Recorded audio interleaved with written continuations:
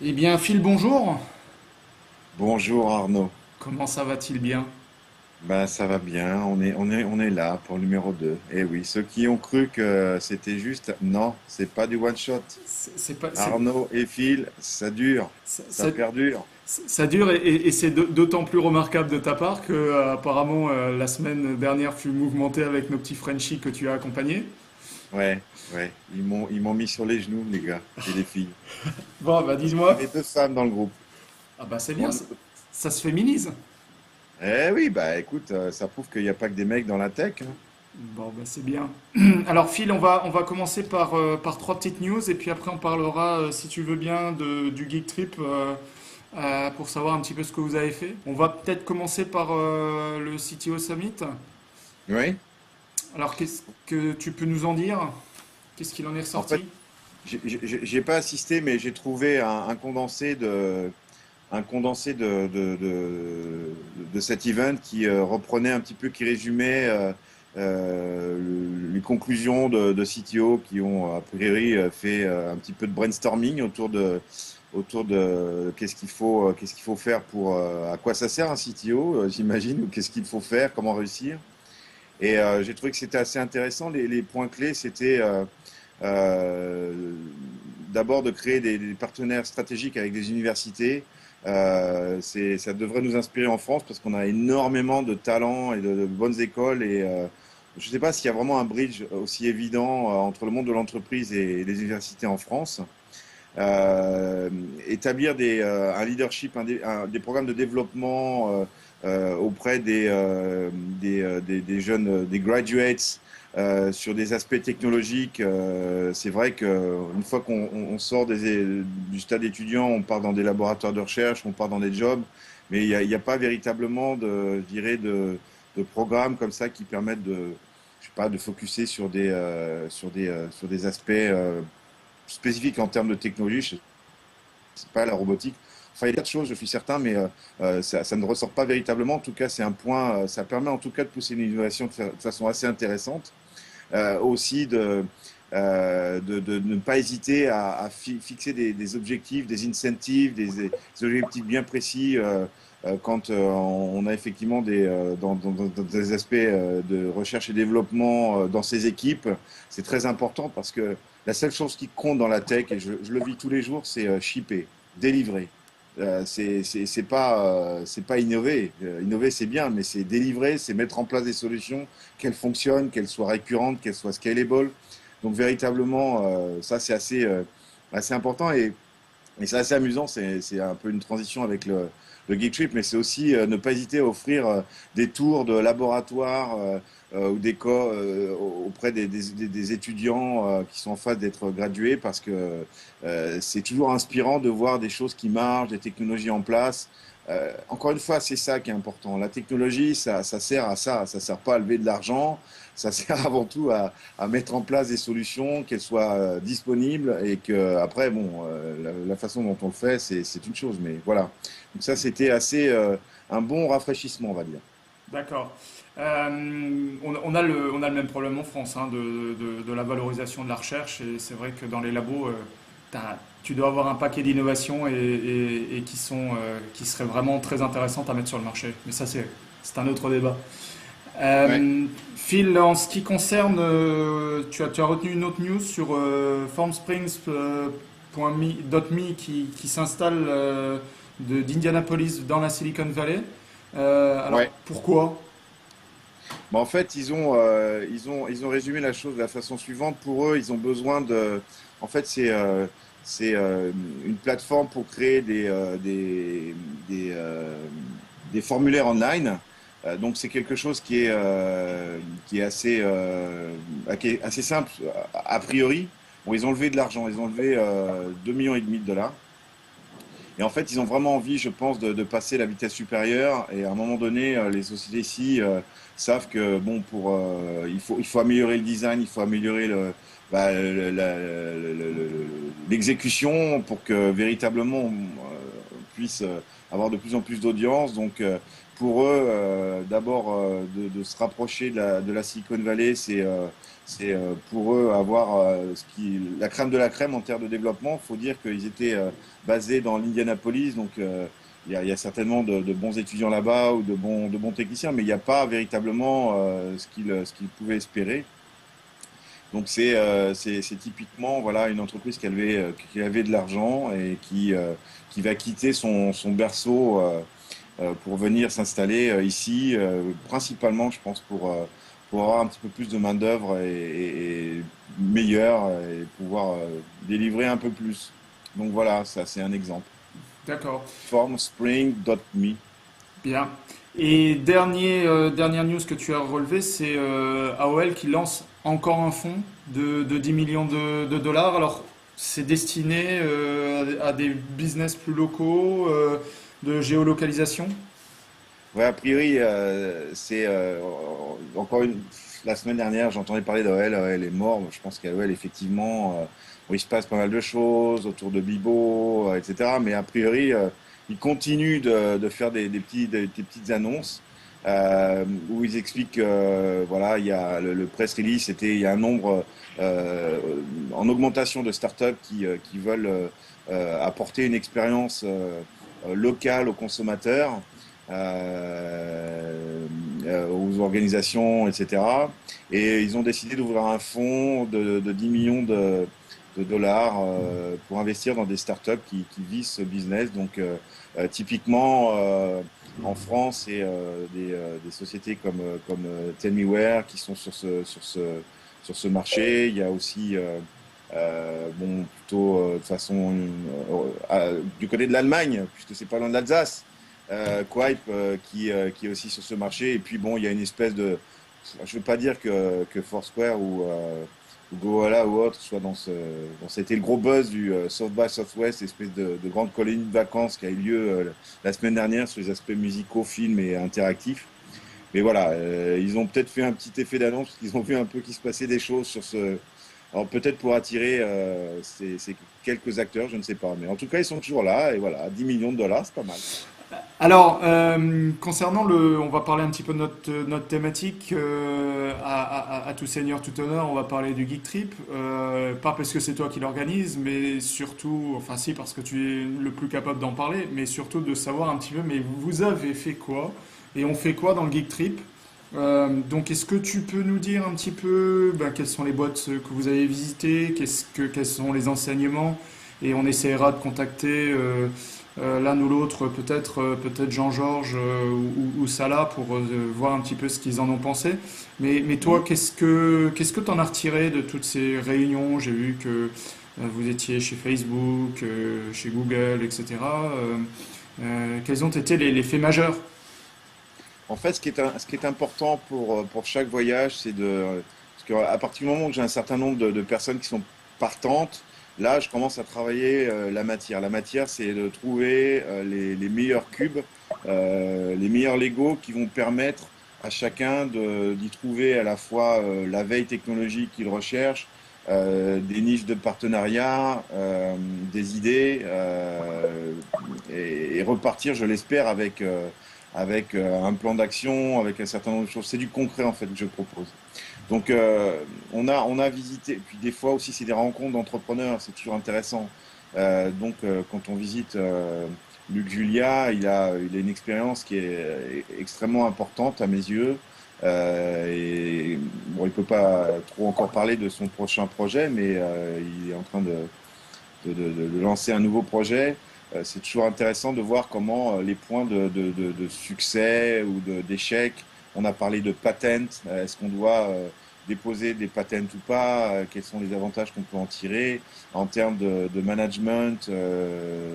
Comment monter une structure? On a parlé un peu d'innovation. Il a travaillé au SRI, donc il a expliqué un petit peu sa vision, ce qu'il avait envie de faire, la notion ouais, de permettre à. Il a créé sa structure, une espèce d'incubateur pour permettre à toutes les personnes impliquées dans le projet d'en bénéficier en termes enfin, pas de revenus chers, mais récupérer des stocks, etc., pour que véritablement les gens soient impliqués, se sentent impliqués dans le projet. C'est quelque chose d'assez intéressant. Sur des aspects assez euh, très d'actualité, on a vu PayPal, c'est toujours important de coller à l'actualité. En termes de paiement, PayPal reste un des acteurs importants sans forcément d'avoir des choses qui sont confidentielles, mais de prendre un peu de perspective. Il y a Wired, qui est un magazine sur la high-tech qu'on peut trouver, je pense, dans certaines gares, à Paris du moins, je sais pas en Alsace, mais qui est assez intéressant, qui a un article assez long sur le paiement online. Il y a encore beaucoup de choses à réaliser et bon, PayPal a ouvert récemment ses API, ça donne la possibilité de développer autour de leur brique de paiement des choses assez importantes. Je pense on n'a pas encore assez d'accès en termes de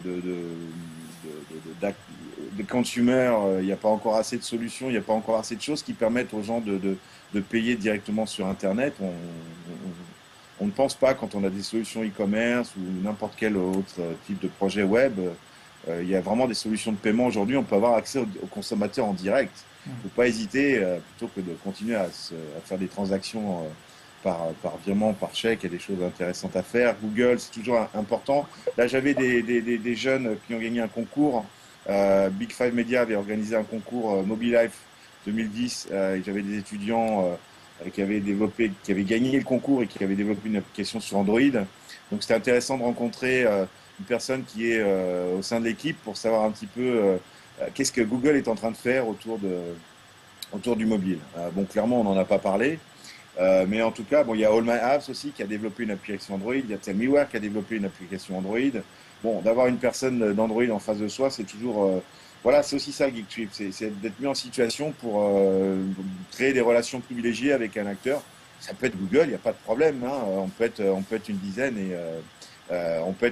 et avoir. Bah, voilà, c'est un peu mon rôle de créer on va dire des situations un peu privilégiées pour l'avenir, pour commencer à continuer à travailler sur ces projets. eBay, c'est toujours intéressant parce que eBay est à la recherche de solutions. Ils ont beau être dans la Silicon Valley et baigner dans cet écosystème. Ils sont toujours intéressés de voir des solutions innovantes qui pourraient intéresser leur plateforme et continuer à leur permettre de continuer à progresser. Et pas de complexe. Il faut pitcher eBay, présenter ce qu'on fait. Ça peut toujours être intéressant.